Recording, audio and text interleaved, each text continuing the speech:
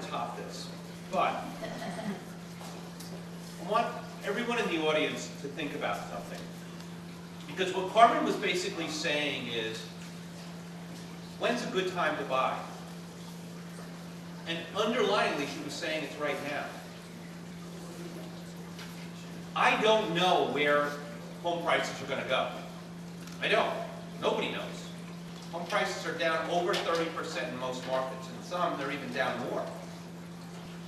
By waiting too long to make that commitment, there could be a cost. While prices could go down, interest rates may go up.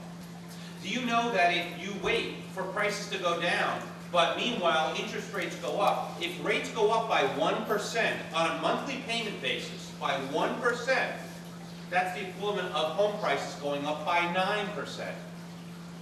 So are you going to wait for the housing prices to go down by 10%, but rates go up by 1%? I have news for you. You haven't made any money by waiting.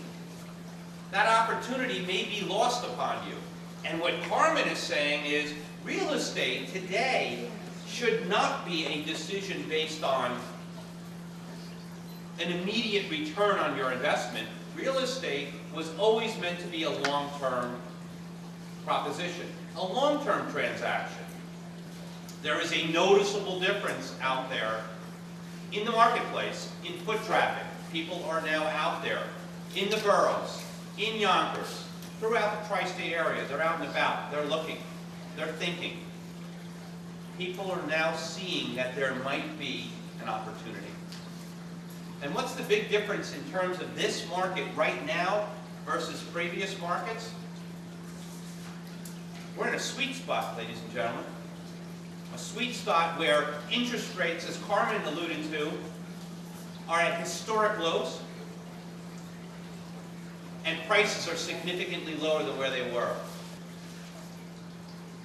What I believe is, don't listen to the experts. They're wrong.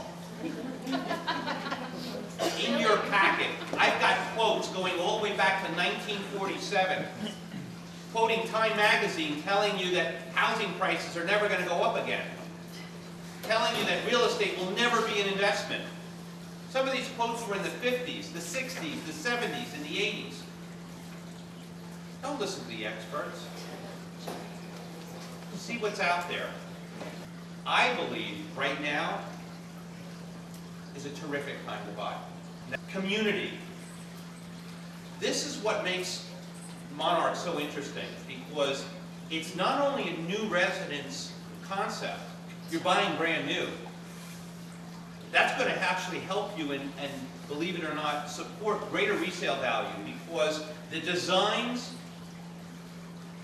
of the residences here are based on today's lifestyle, not an old housing stock home or residence that doesn't fit today's needs, whether it be closet space, size of bathroom, kitchen layout, whatever. It's all been thought out here, which makes it more apropos, and it gives you greater resale value down the road. That's something to think about. On top of that, this building is going to be part of a community that you're going to have retail, shopping, services, some of which are essentially walking distance from your place. And then all on top of that, you're along a major thoroughfare that gets you anywhere north or south to one of the largest metropolitan areas in the nation. Pretty cool concept. What does it take? Some of the things to think about in terms of how much mortgage you can afford. What does a lender look for? They look at your credit history. They look at your income, past and present. They look at your existing debt. That could be your credit cards, your student loans, your car payments. They'll look at the new payment that we're going to talk about based on what you're looking to buy. The sources of your down payment. Is it coming from your savings? Or maybe a gift from a family member? So those are things that we're going to take you to. the rent versus buy concept. Depending on what price point you're looking at, and I use, just as an example, a one-bedroom at $326,000, okay, with a 20% down payment using today's rate of 4 7/8. I came up with a principal and interest payment of $1,381. I added the taxes, the monthly common charges, HOA dues, and came up with a total payment of just over $2,100. Okay? Now, of that $2,100, assuming you're in a 25% tax bracket, that's reasonable to assume, depending on where your annual income is. $323 of that every month is going to be tax deductible, coming back to you.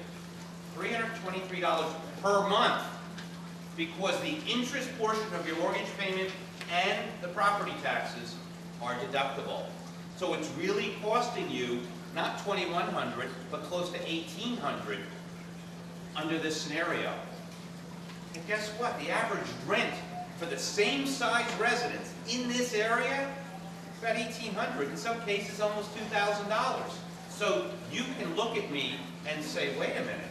So you're telling me that it's almost going to, on an after-tax basis, it's almost going to cost me the same to rent and buy? If you choose to be a renter, what are you doing? You're making your landlord rich. You're never going to get rich by renting, ever. You are helping someone else get wealthy. Every penny of your mortgage payment does two things. Not only does it help your tax deduction, but every time you make a payment, you're lowering your loan balance. And by lowering your loan balance, you're creating wealth because your equity position begins to grow.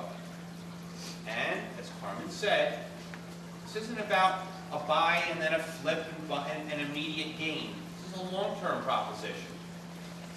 5 years, 6 years, 7 years, whatever. That's how you'll start accumulating wealth. Through normal 3% on average appreciation, who knows, maybe more, and your normal pay down of your mortgage. That's really the basis of why we're here today, to think about it.